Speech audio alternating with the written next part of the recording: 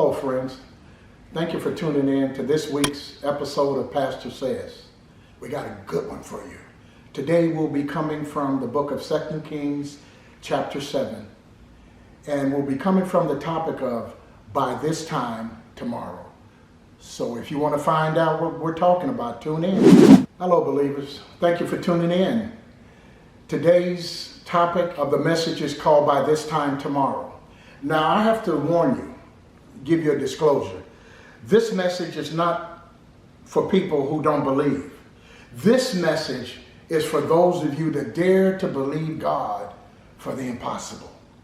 And I'm here to tell you that God has not forgotten you. You have things in your heart, things in your mind that you've been wanting to do. You've been waiting to see the manifestation of the blessings of God in your life in certain areas, and you have not yet seen them. And some of us have come to the conclusion that it's not going to happen. But I'm here to tell you, scripturally, biblically, by this time tomorrow, God is going to bless you. By this time tomorrow, if you dare to believe God, you are closer than what you think. By this time tomorrow, you're going to have a new level of thinking. Because I want to let you know, God is up to something. Yes, he is. Not just worldwide, but he's up to something in your life. God knows how to accelerate the things that you've been asking him for, the things that you have been waiting for. It's going to happen sooner than what you think. You've been listening to that voice that says it's not going to happen. You've been waiting and waiting and waiting and waiting. But if you just hang on in there, God is truly going to bless you. Don't look at your situation in the natural, because you serve a supernatural God. Get in agreement with God. Get in agreement with what God's word says. And today's story is going to reinforce that by this time tomorrow, God is going to move in your life like he's never had. Now you're saying, yeah, okay, preacher. But that is what stops the movement and the blessing of God from coming in your life. That old stinking thinking.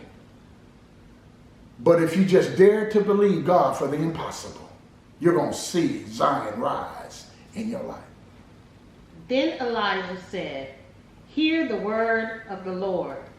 Thus said the Lord, tomorrow about this time, a seah of fine flour shall be sold for a shekel, and 2 seahs of barley for a shekel at the gate of Samaria." So an officer on whose hand the king leaned answered the man of God and said, "Look, if the Lord would make windows in heaven, could this thing be?" And he said, "In fact, you shall see it with your eyes, but you shall not eat of it." Now there were 4 leprous men at the entrance of the gate, and they said to one another, "Why are we sitting here until we die? If we say, 'We will enter the city,' the famine is in the city, and we shall die there. And if we sit here, we die also. Now therefore come, let us surrender to the army of the Syrians. If they keep us alive, we shall live, and if they kill us, we shall only die." And they rose at twilight to go to the camp of the Syrians. And when they came to the outskirts of the Syrian camp, to their surprise, no one was there. For the Lord had caused the army of the Syrians to hear the noise of chariots, the noise of horses, the noise of a great army. So they said to one another, "Look, the king of Israel has hired against us the king of the Hittites and the king of the Egyptians to attack us." Therefore they arose and fled at twilight and left the camp intact. They fled for their lives. And when these lepers came to the outskirt of the camp, they went into one tent and ate and drank, and carried from it silver and gold and clothing, and they went and hid them.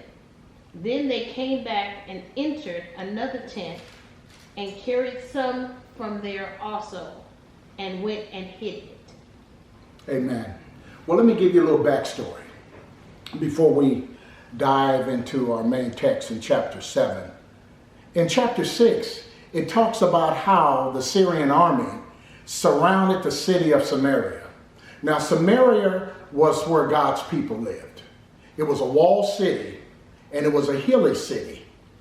And the only way that the enemy could defeat God's people, they figured, was to surround the city that no goods or services could go in the city or out the city. And what did that cause? That caused Samaria, God's people, God's city, God's headquarters, to slowly but surely start starving to death. Because the Syrian army was so vast, they couldn't get food supply into the city. So the food that was in the city caused the prices of what was in the city already, food-wise, to go up. And what do I mean by that? It's called inflation. When there's not enough goods and services, it causes the price of merchandise to go to a level that's incredible. And most of the people in the walled city, God's people, could not afford what the merchants were charging them to buy the food for. And slowly but surely, they start running out of certain things, certain types of food that they ate, to where it became a famine. And the famine caused them to eat donkey's head, like in chapter 6. Check this out. And there was a great famine in Samaria, and indeed they besieged it until a donkey's head was sold for 80 shekels of silver, and 1/4 of a cab of dove droppings for 5 shekels of silver. Wow. So because food and merchandise couldn't come into the city because the enemy had surrounded the city, and they had cut off all of the merchandising going into the city, it caused a starvation within the walls of the city, that a donkey's head, they was eating donkey's head. I didn't know there was meat on a donkey's head. And they sold it for astronomical price. And not only that, but dove dropping. Now, some people say dove dropping was a plant, but I truly believe they were buying and selling doves dropping because of the starvation that was in the city. And not only that, check this out. In that same chapter, in verse 26 to 29, listen to this. Then as the king of Israel was passing by on the wall, a woman cried out to him, saying, "Help, my lord, O king." And he said, "If the Lord does not help you, where can I find help for you? For the threshing floor, or for the winepress?" Then the king said to her, "What is troubling you?" And she answered, "This woman said to me, 'Give your son, that we may eat him today, and we will eat my son tomorrow.' So we boiled my son and ate him. And I said to her on the next day, 'Give your son, that we may eat him.' But she had hidden her son." So not only were they eating donkey's head and dove dropping, the king was happening to be walking on the wall, and a woman approached him about a situation, because starvation was at a height now. It was at a height that they were killing their children, their babies, and eating them. Cannibalism. This is in the Bible. This is nothing that I'm making up. This is actually what was going on behind the walls of the city with God's people. So the story goes on to say that the king was so upset with hearing what he was hearing, that all this was going on, that they was actually eating babies, that he got mad at the man of God. And he wanted to kill the man of God. And he blamed the man of God. Instead of having faith and trust in God, he's looking at the situation. He's ready to give up. He's ready to throw in the towel now. And that gets us to verse 1 in chapter 7. Then Elijah said, "Hear the word of the Lord. Thus said the Lord, tomorrow about this time, a seah of fine flour shall be sold for a shekel, and 2 seahs of barley for a shekel at the gate of Samaria." So here comes the man of God. Here comes the man with faith. And he's talking to the king that wants to kill him, that's blaming him for the situation. He's blaming him for the starvation. He's blaming him for the cannibalism. He's blaming him for the city being surrounded by the enemies of God. Isn't it funny how we always want to cast blame on everybody else when we're not doing what we're supposed to be doing? Because of my lack of faith, it's your fault that I'm in my situation. But look at what the man of God did. The man of God had faith even in the situation that he was living in. He said, by this time tomorrow, he said that the flour shall sell for a shekel. Now we read, and you heard our sister read previously, that the inflation caused the price to go up on everything. But he's saying by this time tomorrow, God is going to move. By this time tomorrow, God is going to change things. He's putting his faith not in the king, not in the king's army, but in his God that we serve. You know, so many times, we look at the situation and we don't look at God, and it blinds us to what God truly wants to do in our life. So an officer on whose hand the king leaned answered the man of God and said, "Look, if the Lord would make windows in heaven, could this thing be?" And he said, "In fact, you shall see it with your own eyes, but you shall not eat of it." So here come the dream killers. Here comes the doubters. Here comes the haters. Every time God moves, you always should expect for a hater or a naysayer to say something contrary of what you're saying about what God is going to do in your life. When the naysayers come, when the critics come, that's just a confirmation you're right where you're supposed to be at. So this leader in the king's army is saying, yeah, okay, sure, Elijah. If God would just open up a window and God just going to pour us out what we need. So many times we put God on our little rotation. And not only when God should move, how God should move. No one with Elijah could see God in the situation but the man of God. And sometimes you got to stand up straight.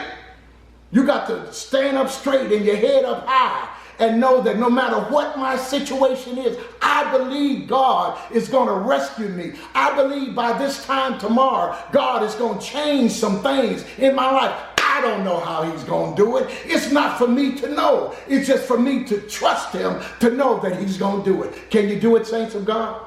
Can you trust God? Can you believe God? When everything around you, you're surrounded by your enemies. Everything around you is what you can't afford. Can you still know that God is going to move in your situation? It's good to be around people that are like Elijah. Men and women that takes lemons and make lemonade in situations, you see. This leader in the king's army was saying, yeah, sure, right. And Elijah responded to him. He said, brother, you can think what you want to think. You can believe what you want to believe. But I'm here to tell you that you're going to see it, but you're not going to be able to enjoy it. See, because lack of faith kills the blessings of God in one's life. Now there were 4 leprous men at the entrance of the gate, and they said to one another, "Why are we sitting here until we die? If we say we will enter the city, the famine is in the city, and we shall die there. And if we sit here, we will die also. Now therefore, come, let us surrender to the army of the Syrians. If they keep us alive, we shall live, and if they kill us, we shall only die. Now look at the scene.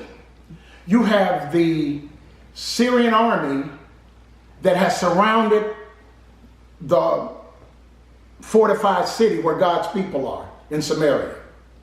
Nothing can go in and nothing can come out. And all of a sudden appearing on the scene is 4 lepers. Now leprosy was a disease back then that they were considered outcasts. In the New Testament, Jesus healed 10 lepers, and one of them came back and gave thanks and the other ones didn't. So leprosy was a disease that the people considered them cursed. So these people couldn't live in the city. They had to have their own little colonies. But they're at the gate. And they're talking to one another and saying this. The people inside the walled city don't have food and they're going to die. And if they don't have no food, we definitely don't have no food. They have no benevolence to give us. They have no food to share with us. The enemy has the whole town surrounded. Wouldn't it be better if we go and give ourselves up to the enemy? At least we might get a meal. At least we might live. But if we don't do anything, then we're going to stand here and die. Saints, I'm telling you, if you don't do anything, that what you have in your heart to do, that what you so sorely need for God to do in your life is not going to happen. If you just sit there and talk about woulda, coulda, shoulda, then you're going to die with nothing but regrets. And I don't mind dying. And I'm not ready to die.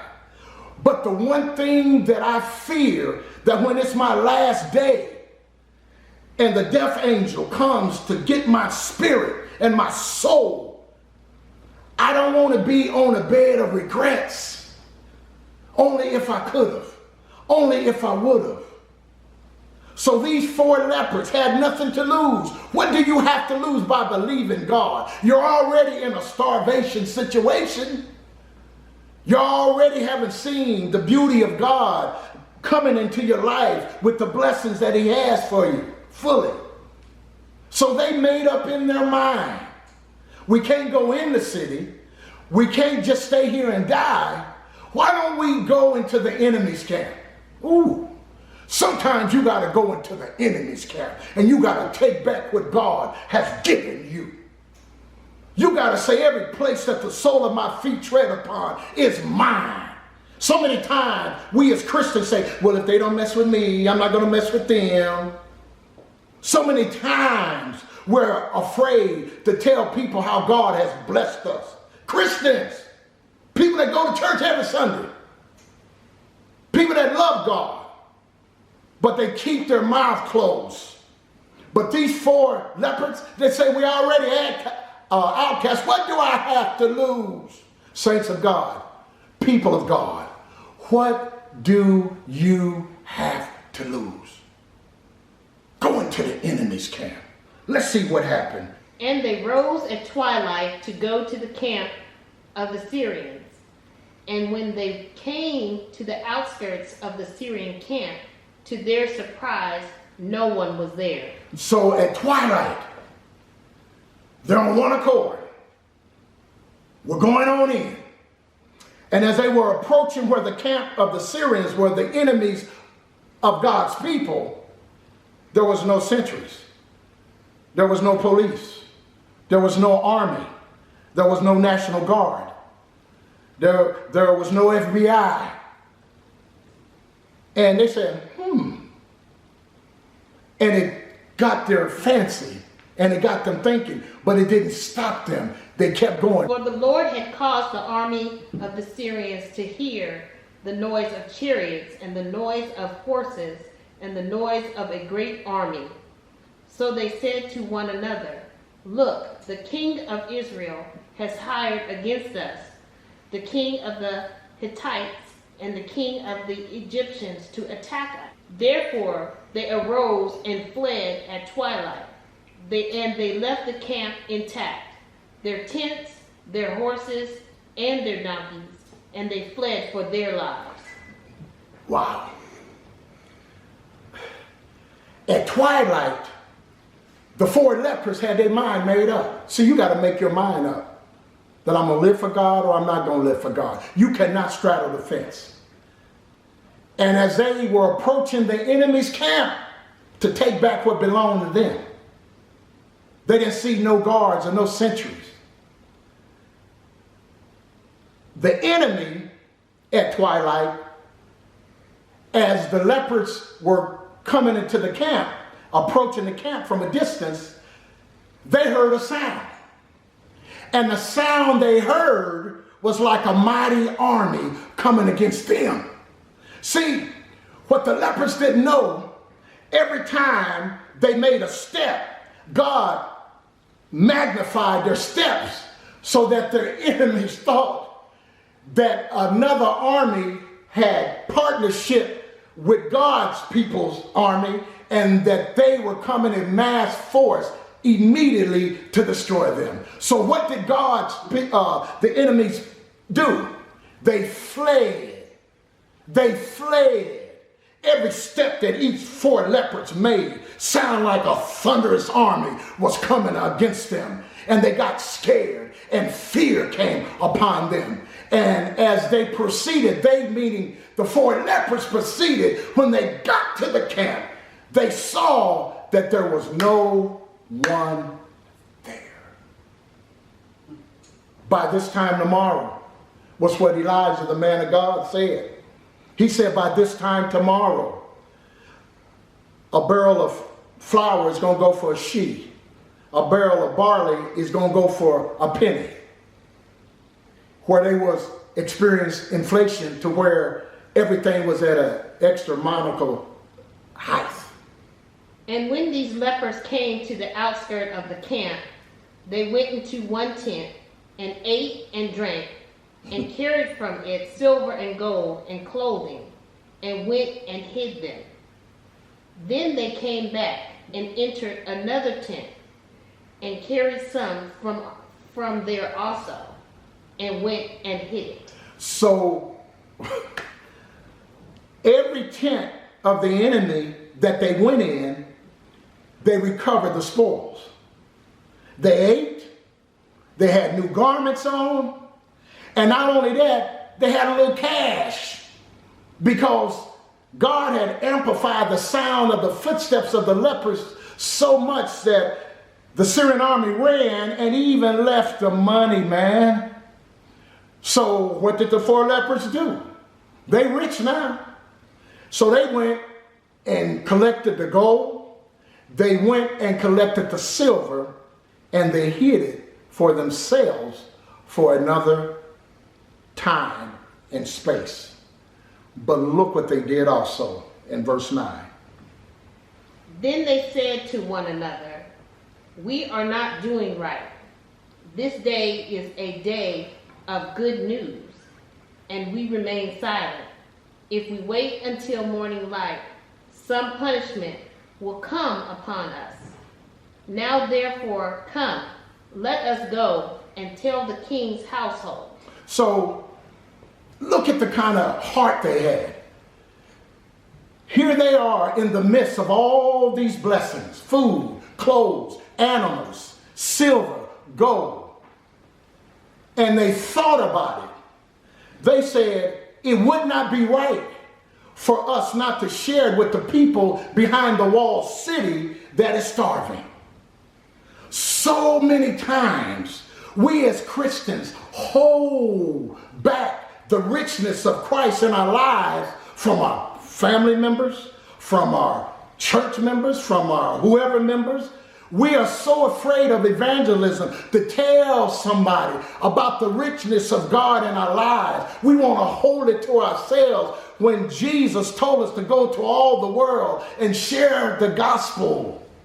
Here they have that evangelist heart, that evangelist spirit. I'm not just going to hold on just for myself. We need to share this with those that are behind the walls, that don't know about God's blessing, don't know what God can do for you, don't know how God can get you off drugs, don't know how God can change your life, don't know how God can get that wayward daughter or wayward son, don't know how God can put me right where I need to be. Even though I didn't qualify for the house, I got the house. Even though I didn't qualify for the promotion, God gave me the promotion. These are the testimonies and the evangelistic messages that we need to be sharing with those that are behind their own walls and those that are starving.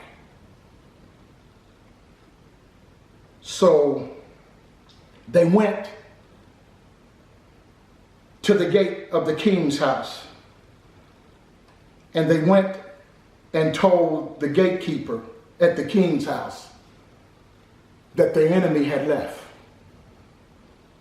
And they shared about the spoils of the gold and the silver and the food and the raiment, meaning garments. The gatekeeper went and told the king. But the king was at the point that he didn't believe it. He did not believe it. He said that suppose they're laying in the cuts, that's an old school word, and wanting us to think that they're not in the camp. And once we open the doors and we proceed out, they will attack us, overtake us, and destroy us. See, the king's faith had left because of the situation. And so many times we're like the king. Someone can tell you how God's been good in their life, and we kind of look at him, like I'm going to wait for 6 months to see how good he is in your life. We still refuse to believe the goodness of God in the land of our living. And let me tell you what doubt does. Doubt stops the blessings of God from flowing in your life. But then there was a man of wisdom, one of the king's leaders, another one. And he said, wait, king. Why don't we send a little entourage out of 5 people? Let them go scout it out. And if they're killed, well, then we only lost 5 men. But if what the leopards are saying is true, then God has answered our prayers. So they went out. The king listened to sound advice. He listened to wisdom. And when the 5 scouts got to the camp of the enemy, they saw that what the lepers said was true. And they came back and told the king, it's smooth sailing, king. There's enough food there to feed us for months. So Elijah, the man of God, you remember him in verse 1? He said, by this time tomorrow, barley will go for a penny. Flour will go for a penny.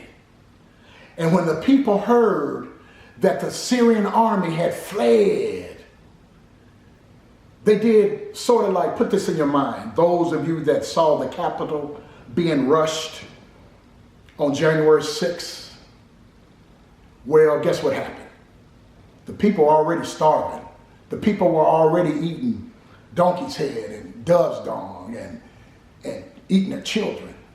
When they found out there was riches, when they found out that there was food and raiment and clothes and everything else that they'd been needing, it was a bum rush.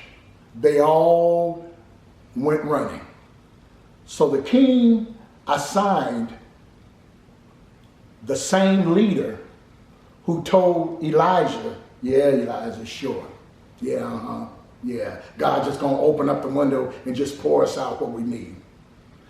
He told him to go stand at the gate of the camp of the enemy and have some order about it. Well, if you saw the Capitol building on January 6th, the Capitol Police couldn't stop the mad mob, the insurrectionists that had came in numbers and overwhelmed them. Well, that same leader He saw the food. He saw the raiment. He saw the animals. He saw the money. But just like Elijah told him, because of your unbelief, you won't be able to enjoy it. He was trampled and killed in verse 20. Then the officer answered the man of God and said, now look, if the Lord would make a window in heaven, could such a thing be? And he said, in fact, you shall see it with your eyes, but you shall not eat of it. So it happened to him, for the people trampled him in the gate, and he died. What am I saying? Which one are you going to be like?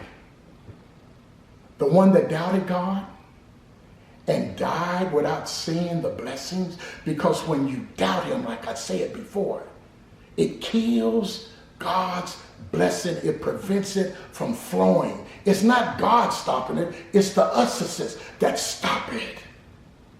Or are you going to be like Elijah, who looked around in verse 1 of chapter 7 and saw the condition that God's people was in, but said, by this time tomorrow, flour's going to go for a penny.